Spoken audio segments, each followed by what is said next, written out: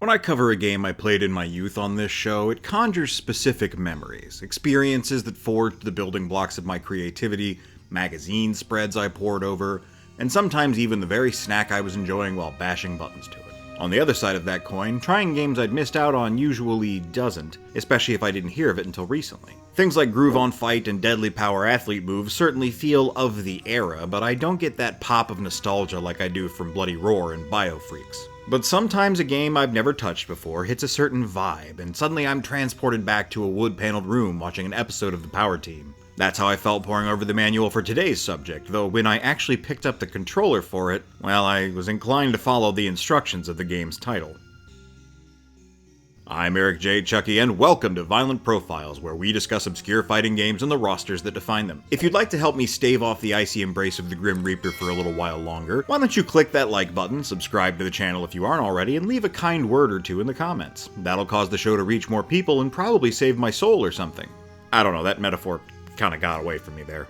I hadn't heard of Pray for Death until September of 2023, when it was brought to my attention by longtime Violent Profiles fan TremorMKXL. Thanks for the suggestion, and congratulations on your inclusion in Mortal Kombat 1. I have personally used you to bowl over dozens of my opponents. Developed by Italian studio Lightshock Software and originally published to PC by Virgin in 1996, most articles would have you believe this game is a Mortal Kombat clone.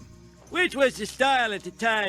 But it is clearly inspired by Killer Instinct, given its graphical presentation and absurd combos hitting in the dozens. This is the game's inherent flaw. Overall, it's a bit clunky, and attention seems to have been on the wrong aspects. Each character has a unique get-up animation, for example, and that's neat. But what if instead attacks felt fun to execute, or some of the other animations had a couple more frames so they weren't so jarring? But all that could be forgiven if it weren't for the obscene ultra combos that you can only stop by hitting each character's unique combo breaker. That's not fun. KI required enough more circumstance than Pray for Death in executing these combos that it didn't seem as gimmicky as it does here. It's not the worst game I played on this show, but it is tedious. Thankfully, this isn't a show about mechanics so much as it is characters and lore, and hoo boy does that make today's subject fun. There is, however, a critical distinction in this game between the presentation in-game and the way things are described in the manual. 5 people from Lightshock were credited with the story for this game, with Emmanuel Ciccolone at the forefront, whereas a different person, the enigmatic Hutch, earns Virgin's credit for character stories, manual copy, and in-game textual adaptation, which is a much more enjoyable term than translation or localization. And let me tell you, Hutch went places. For example, the opening cinematic is a compressed, effects-heavy voiceover of death declaring the time has come to choose a single soul to be returned to life, like a post-hoc Eternal Champions or non-nefarious time killers. But in the manual, man, I'm literally just gonna read it. At the very end of one of the least interesting time threads in the continuum, in a forgotten corner of largely vacant space, undisturbed since its creation before time, is an unassuming temporal anomaly. To the few creatures who have ever visited it, this legendary galactic cul-de-sac is known as the Nexus. Here lives Death, and his cat, Horus, and several well-used scythes. We will all get to meet Death and Horus one day. When that time does come, we'll all be given a chance to return unmolested to the mortal plane. All we have to do to win a reprieve is beat the skinny one at a game of his choice. Now, once upon a time, Death's favorite game was chess. However, he soon realized that this ancient diversion is just about the only thing more tedious than immortality. And he figured, if the only people who ever get a second chance at life are competent chess players, then it's not a very fair system. Besides, nobody likes the kind of geeks who play chess. So Death came up with a much better idea. If, he figured, life is about survival of the fittest, then Death should be too. The only problem was that most of the creatures that Death visited didn't deserve a second chance. The vast majority of them were weak-willed and pathetic. So he decided to open the contest right up to creatures who had long since been reaped. And so it came to pass that the greatest competition ever was scheduled at the Nexus. Invitations were sent and hors d'oeuvres were laid on. Death observed his letterbox, waiting for replies. It had been nearly a month since he'd sent out the invitations, and so far he'd only had 7 replies. Perhaps, he thought, it was because of that penalty clause he'd built into the agreement. At that moment, the letterbox flipped open and an envelope plopped onto the doormat. Death picked it up, opened it, and laughed silently to himself. Now that the angel had replied, he had 8 combatants, nearly enough to hold the competition. He was surprised at the warriors who hadn't replied to his invitation. Genghis Khan, Uther Pendragon, Geronimo, and Dracula had all ignored his offer. Maybe, Death mused, they were brighter than he had thought. The next day, Death received 2 more replies and closed the competition. He now had 10 warriors. 10 of the finest creatures to ever take up arms against another being. They were all fighting for the chance to return to the dimension they came from. They all had different reasons for entering. They were all experts in pain. They were all about to discover just how hard they really were. There would be only one winner. The next day, the combatants arrived at the Nexus. Having checked in and freshened up, they met in the Starlight Lounge where Death gave a short speech. He explained that the competition would be fought in a series of bouts, the winner going forward to the next round. As soon as a warrior was defeated, he would receive his prize for failure, a prize, so Death promised, that would soon have them praying for death. He then invited each of the contestants to introduce themselves. The lights dimmed, the organist went outside for a cigarette, and the first of the participants took the stage. The whole manual is written like this. I am so happy. Our dear Hutch was clearly inspired by the likes of Terry Pratchett and Douglas Adams, and I hope that wherever they are now, they've had several successful novels, or at least a really good blog. It's going to take a lot of restraint for me not to just read this whole-ass manual to you, if I'm being honest. Like, look at this part here. Note, in the spirit of competition, and because Pray for Death is not like other games, you are banned from using any of the following traditional beat-em-up excuses should you lose. My gamepad's not working properly. You've been playing this for much longer than me, so you would be better. I prefer simple moves to those flashy combos. I'll still kick your ass at Doom. Oh, I'm sorry, I thought I was controlling the character on the right. I'm used to a much quicker PC. Try the game on my P200 and I'll kick your ass. Have you seen my glasses? Interesting that they called a fighting game a beat-em-up. I guess that was a thing in the UK until the end of the 90s. Fighting games were one-on-one beat-em-ups, while the brawlers the term is more commonly associated with today are scrolling beat-em-ups. That's only incredibly confusing. No wonder the Steam tags for so many games are so jacked up. I also like that they suggest you diversify your moves to avoid being, quote, a tedious git. Quite contrary to the modern advice of, find something that works and spam it. Please see my MK1 Quan Chi strat. Okay, enough cooing over the manual. I can't literally just sit here and read you the whole damn thing, though it is responsible for this video's length since, as I said before, we only have 10 fighters to cover. If you like this level of sass, do yourself a favor and track down a PDF and read it for yourself. It's great. Now that that's out of the way, let's get into it. We'll be starting with Cthulhu, obviously. This actually brings up an interesting side note. I've had to skip over games I planned on covering because of too many characters being historical or mythological figures. There won't be an episode on Fight of Gods, for example, despite how humorous its concept is. There's simply too much to say about Zeus, and little of it is typically relevant to the game we're covering. Kinda like how I didn't detail the careers of Shaq or George Foreman earlier this year. That being said, a couple of characters like this in a game are fine. Especially for old games, they rarely are presented, shall we say, accurately, and that difference is interesting to explore. For example, in Pray for Death, Cthulhu has stretchy legs like Dulcine. He can also spit slime and turn invisible, but as with most characters in the game, he feels stiff and his hit and hurt boxes are awkward. In a very Hitchhiker's Guide to the Galaxy manner, the manual explains that Cthulhu wound up stranded on Earth after an error with his navigational system.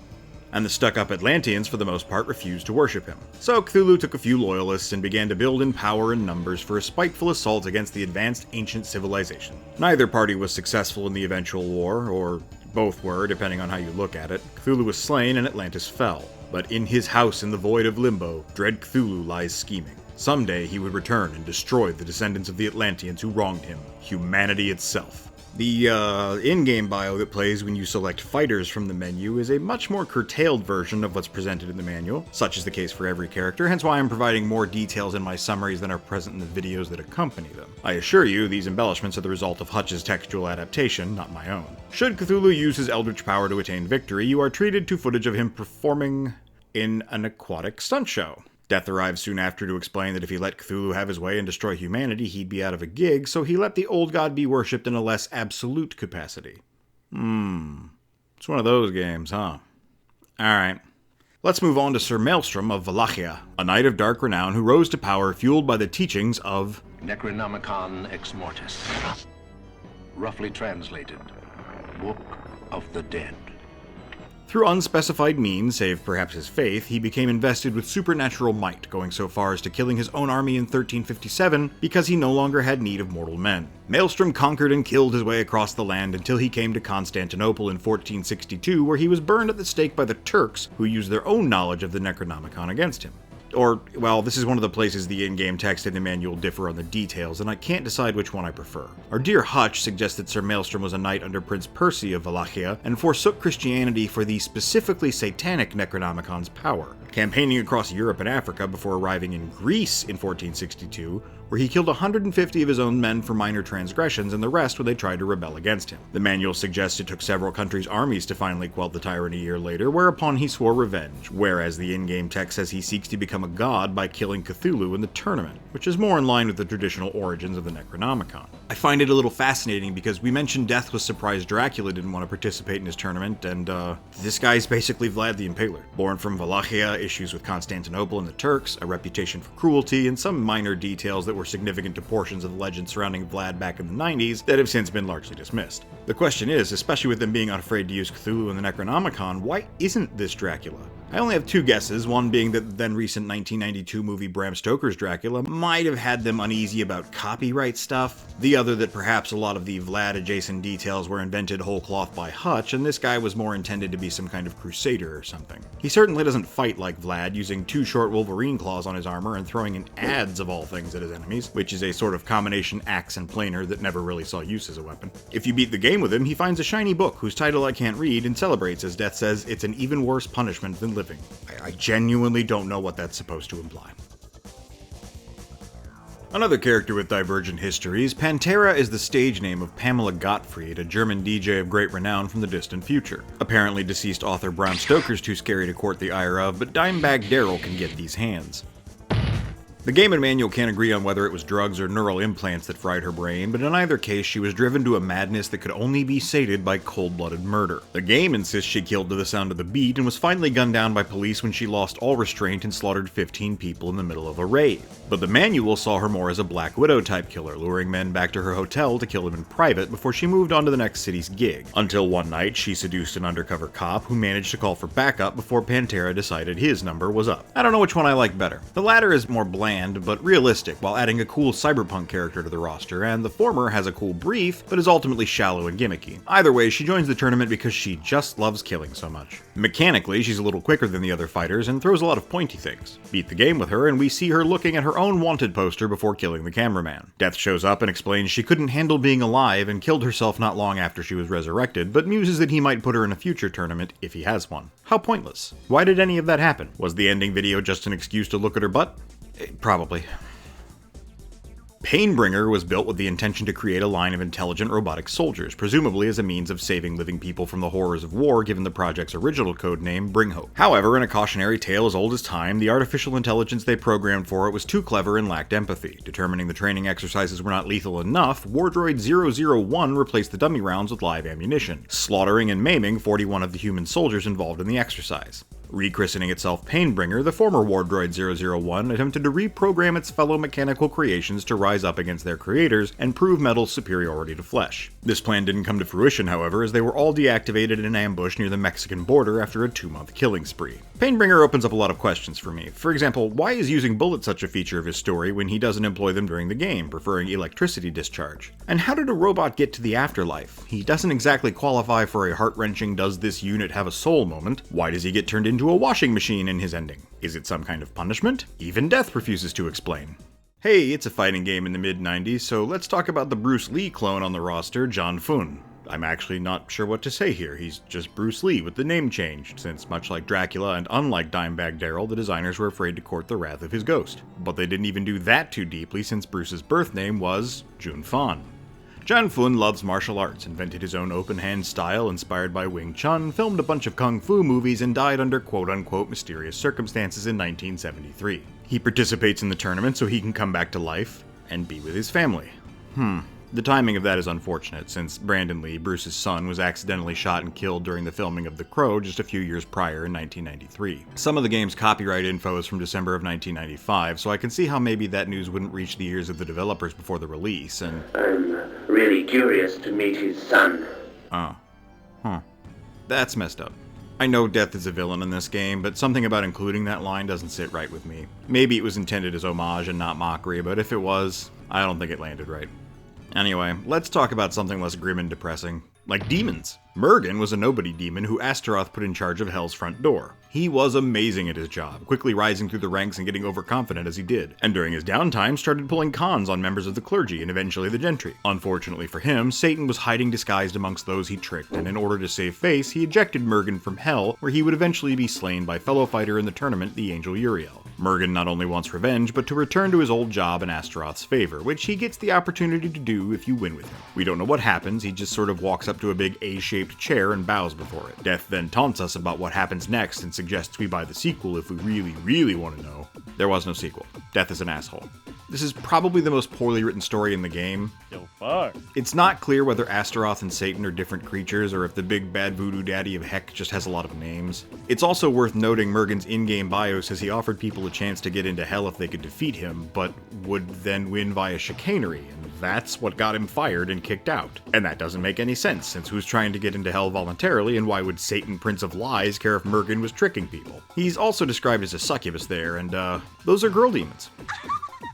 His opposite number, Uriel, the renegade angel, initially seemed to be gender swapped to me as well. Uriel, spelled U-R-I-E-L, is traditionally a male being, but U-R-I-E-L-L-E is a feminine version of the divine creature, so close enough. Uriel in this continuity was counted as one of the consorts of Lucifer, banished from heaven, which was fine by her, taking a very all-dogs-go-to-heaven opinion on the matter. Serving in hell wasn't exactly her style either, so after centuries of brooding, she set about slaying as many demons as she could in a bid to once again find her way into God's good graces, our pal Mergen being among them. Geez, again with this weird camera angle, just such a clear bid to focus on her T-posing for dominance.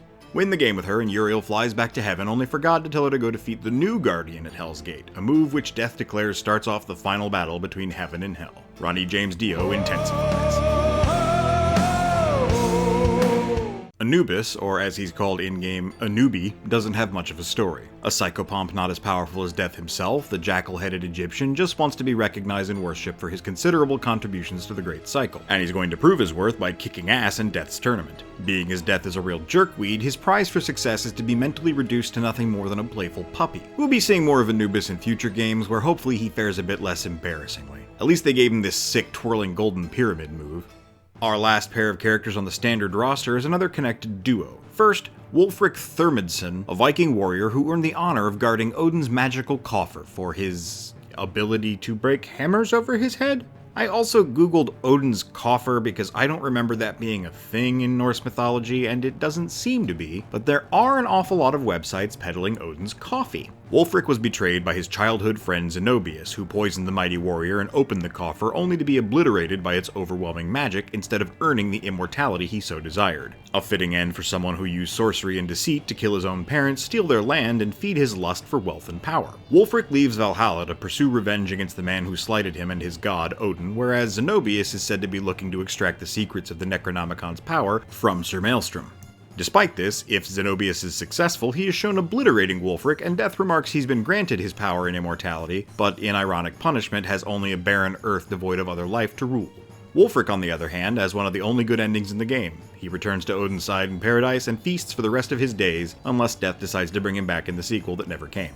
There are two more secret characters you can earn by inputting codes on the credits screen, Death himself and his servant, the mini-boss Pain. Pain looks very cool, probably the best designed fighter on the roster, but his lack of a bio in the manual leaves us with his in-game one that simply explains he is Death's loyal servant and personal torturer, providing the masochistic fiend with more agonizing afflictions than he could possibly want. Beat the game with him, and Death lets him sit on the throne for a few minutes before sending him to live on Earth, inspire H.R. Giger, and retire to a hot tub with supermodels.